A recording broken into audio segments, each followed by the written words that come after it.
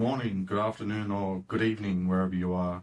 This is my first video on the debrief on a component of the Actualized Design version 4 website that went live last year. So this is basically just the entire mock-up of the menu screen, which was designed prior to front-end development. And down here we have the elements for the actual clock. For the design of the analog clock, I just wanted to keep it super simple. I didn't see there's any need for a second hand. I just wanted there to be a quick visual indicator in the form of shape rather than just having the actual numbers for the time. The style of the 24-hour time is in the font, which is used as the stylized font for titles throughout the website. And then I've just got the headquarters city next to it. So let's jump into the HTML of the page. Here is the index PHP page. I've then got a menu module here, which is referenced. So you can see here that the HTML for the component is very minimal. We've got the time block as the parent element div. I've got 3 columns as subdivs. And in the first column, we've got the analog clock, which is styled with just the ring. And then inside, just 2 elements, basically just a line with round edges for the minute hand, and then the same thing but slightly shorter in length for the hour hand. In the second column, bit of spacing, we've got the time, so that's literally just numbers along with the colon in between, which has a span around it so it can be targeted for the styling of the color and also the flashing every half second. And then finally, the third column with just the city name of the headquarters. So I've now got the web page running on my local development server. See that from up here.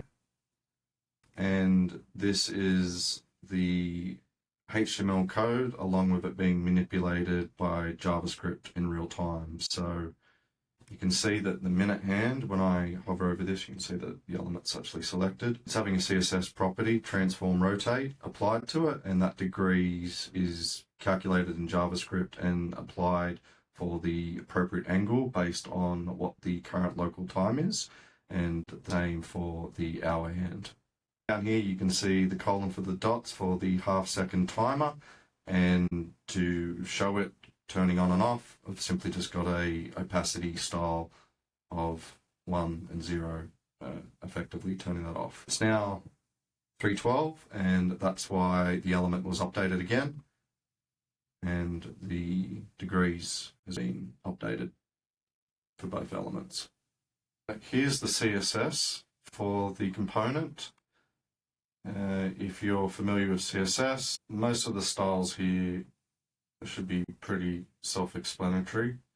You'll notice that there's some animation styles applied to the element. So there's a very subtle animation applied to some of these elements when the clock is actually brought into screen. When I open the menu, you'll see it fade in after the main menu elements. So stay focused down here. So you'll just see that the clock fades in first, and then the digital time, and then the text. To get the analog hands moving correctly, you need to make sure to use the transfer origin property and that it's centered, and I had to use a slight offset to make sure that it rotates correctly around the center of the element, and that's why I've also got a calc value here with the -2 pixels as the offset. If you do it to 0, 0, it doesn't accurately rotate around the center of the element. It's just the basic keyframes properties for the fading in and out. That's it for the CSS. There's not a huge amount to it. I've just tried to keep things simple and understandable. And now we're up to the fun bit, the actual JavaScript code to make that HTML actually work. So starting off, we've just got the key variables for the component. This synchronize clock function is the core function. First, we need to run some Ajax code and get the time from the actual server. So the Actualized Design server is based in Sydney, and therefore we want to get the time of the server that the website is actually running on. To do that, we make an Ajax call and we load this function server time PHP page. So here's the PHP. It's pretty straightforward. We're just making sure that the time zone is set correctly. Then we actually get the date of the time zone, and then we get the time out of the date and it's formatted, and then we actually want to echo that result into the front end, which Ajax will read. So this is the page running in the front end, and you can see what the actual output is, and this is what the Ajax call actually reads and imports. After importing the text output from the PHP, so we need to import that data, and then it needs to be formatted. Once we've got the time of the hours and the minutes, we also get the seconds, just because we need to use that in terms of time left until updating until the next minute.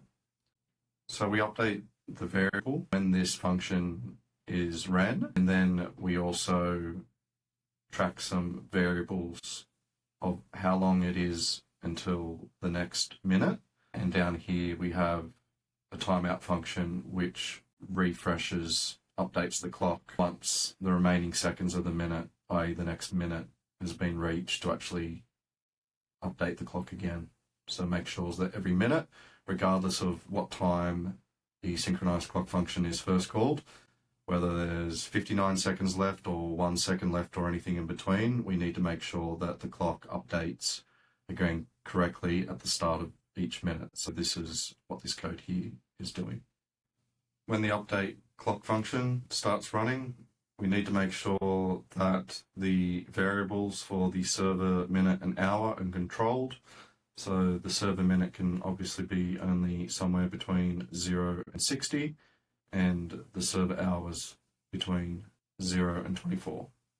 Before we update the HTML and the CSS styling, we need to calculate the correct angles. So we call this function up here to calculate the correct angle for the minute and hour hands. Once they've been calculated, then we can actually directly update the HTML elements via CSS for the correct angle. We also need to update the digital clock, and we wish to show a 0 before any numbers less than 10. We update the digital time directly in the HTML. So this is the line that does that. And it's just a combination of the variables for the hours and minutes formatted with the fixed HTML in between. To update the colon for the seconds indicator, which is just on off every 500 milliseconds, we use the toggle dots function. It's quite similar to the minutes function, where we just need to get what the current second is and the milliseconds difference to the next second. So we can start it at the next second, and once it starts, every half second we toggle the opacity. So when each new second starts, the opacity is reset for the dots, and after half a second it's turned off. When the function is called again at the start of the next second, the opacity of the dots is turned on again, and then it repeats after half a second, turning off, and just loops. I hope this video has been insightful or helpful if you're a designer or a developer, and it will allow you to help design and implement the development of your analog and/or digital clock for your website. Cheers.